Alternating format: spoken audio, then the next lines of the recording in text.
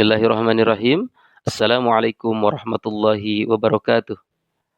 Halo teman-teman semuanya, gimana dalam keadaan sehat-sehat?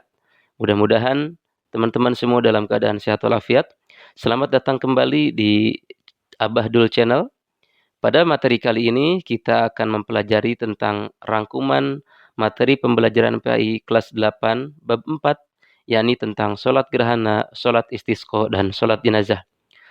Rangkuman materi ini dapat teman-teman lihat di buku materi pembelajaran PAI Kurikulum Merdeka. Baiklah teman-teman, untuk mempersingkat, kita mulai saja materi pembelajaran kali ini. Pada video kali ini kita akan membahas pertama tentang pengertian sholat gerhana, sholat istisqa, dan sholat jenazah. Kemudian kita juga akan mempelajari tata cara sholat gerhana, sholat istisqa, dan sholat jenazah. Dan selanjutnya kita akan mempelajari tentang nilai sosial dalam kegiatan sholat jenazah. Teman-teman, sebelum memasuki materi, baiklah kita akan mempelajari pertanyaan pemantik berikut. Silakan teman-teman untuk menjawab pertanyaan berikut. Pernahkah teman-teman melaksanakan sholat gerhana, sholat istisqa, dan sholat jenazah? Silakan teman-teman renungkan sendiri. Masuk kepada materi yang pertama, yaitu tentang sholat gerhana.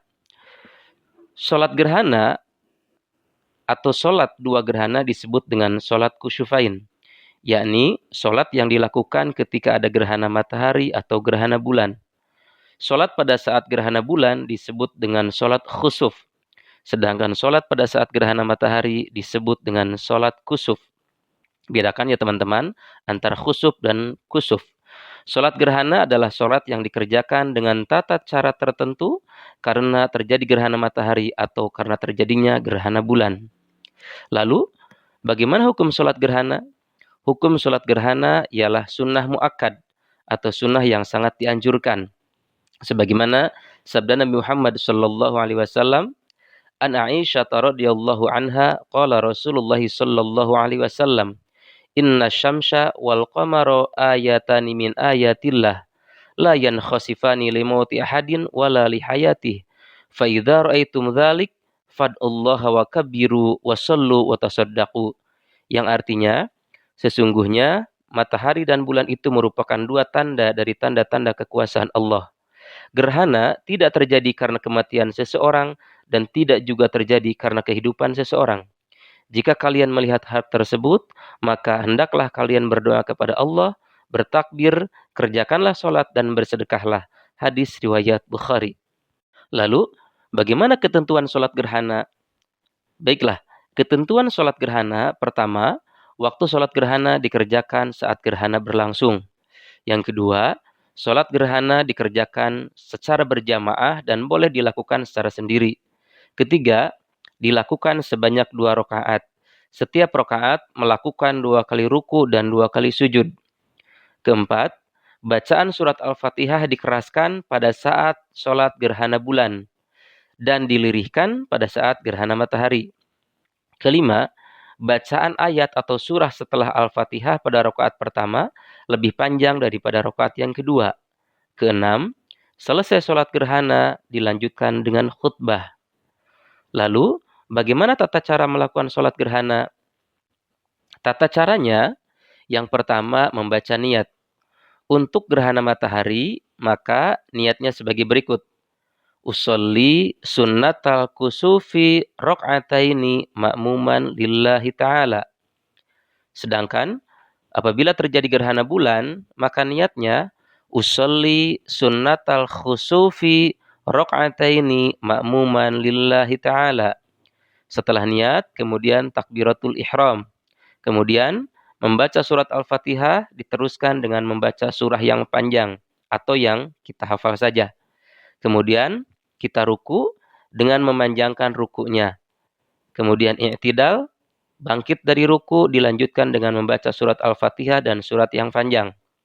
Selanjutnya, ruku yang kedua pada rakaat pertama dengan catatan lebih pendek daripada rakaat ruku yang pertama.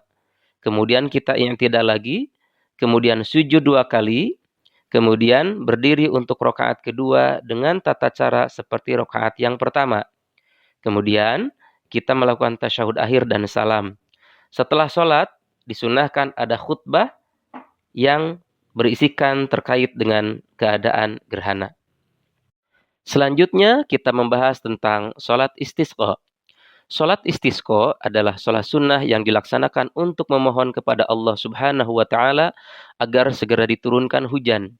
Sholat istisqa dilakukan ketika terjadi musim kemarau dan masyarakat sangat membutuhkan air, sedangkan air sulit ditemukan atau langka di masyarakat. Lalu, hukum sholat istisqa merupakan sunnah muakkad atau sangat dianjurkan. Hal ini sesuai dengan sabda Rasulullah sallallahu alaihi wasallam. An Ibnu Abbas qala kharaja Rasulullah sallallahu alaihi wasallam mutawadi'an mutabadzilan mutakhasyian mutarassilan mutadarrian hatta atal musalla faraqa 'alal minbar wa lam yakhtub khutubakum hadhihi walakin lam yazal fid du'a wa tadarru wa takbir summa shalla rak'ataini kama yusalli fil 'id.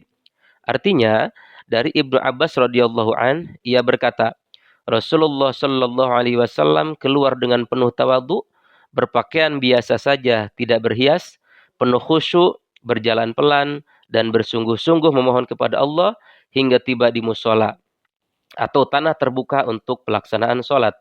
Beliau kemudian naik mimbar dan tidak berkhutbah seperti khutbah kalian ini. Namun beliau tetap dalam doa memohon dengan sungguh-sungguh dan bertakbir. Lalu beliau pun sholat 2 rakaat seperti pelaksanaan sholat Id. Hadis riwayat Ahmad. Lalu ketentuan sholat istisqa. Pertama, tahap persiapan. Diawali dengan puasa selama 4 hari berturut-turut, yaitu 3 hari sebelum sholat istisqa dan 1 hari pada waktu pelaksanaan sholat istisqa. Kemudian, memperbanyak istighfar dan bertaubat kepada Allah Subhanahu wa Ta'ala. Selanjutnya, para tokoh atau ulama menyerukan kepada masyarakat untuk melaksanakan puasa dan menghindari kemaksiatan. Selanjutnya, memperbanyak sedekah dan berbuat baik. Kemudian pada tahap pelaksanaan, seluruh penduduk diperintahkan untuk berhimpun atau berkumpul, bahkan membawa hewan ternak di tempat yang telah disiapkan untuk sholat istisqa, yakni di tanah lapang. Penduduk sebaiknya menggunakan pakaian yang sederhana, tidak berhias, dan tidak pula menggunakan wewangian. Sholat istisqa dilaksanakan 2 rakaat. Khatib hendaknya melakukan hal tersebut. Pertama, disunahkan menggunakan selendang. Kemudian pada khutbah pertama hendaknya membaca istighfar 9 kali. Sedangkan pada khutbah yang kedua membaca istighfar sebanyak 7 kali dan berdoa. Khutbah memuat anjuran untuk beristighfar dan memohon ampun serta merendahkan diri di hadapan Allah Subhanahu wa Ta'ala serta yakin doanya akan dikabulkan. Pada saat berdoa, khatib berpaling ke arah kiblat, membelakangi makmum sambil memindahkan sorban atau selendang yang semula di sebelah kanan menjadi di sebelah kiri.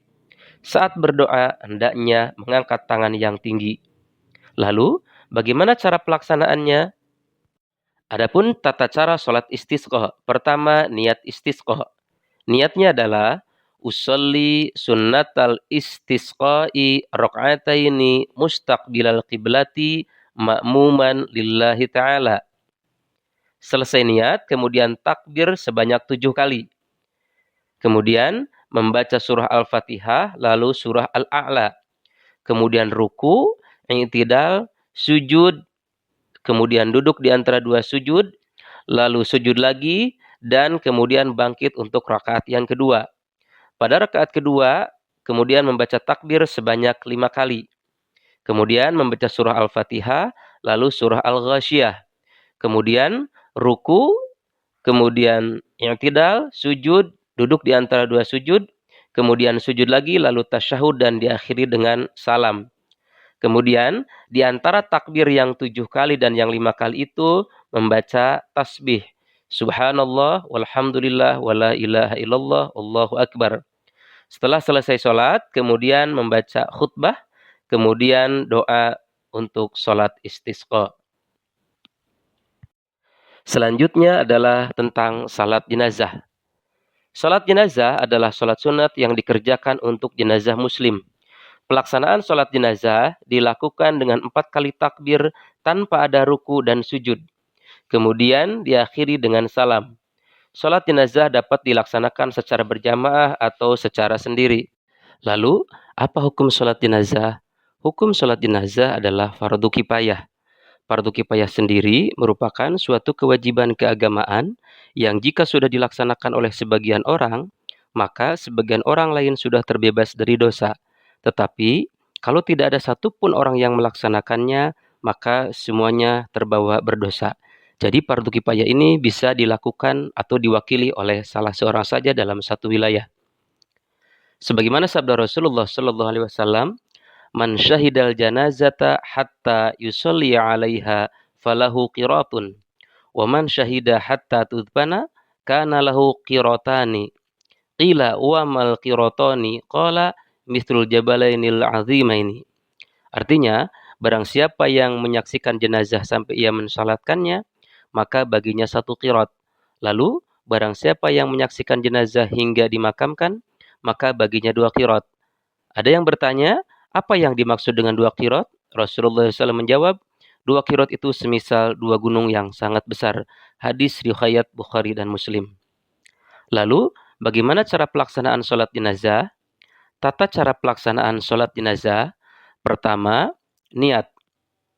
Niatnya dengan mengucapkan, usolli ala hadzal mayyiti arba'a takbiratin fardhu kifayatin ma'muman lillahi ta'ala.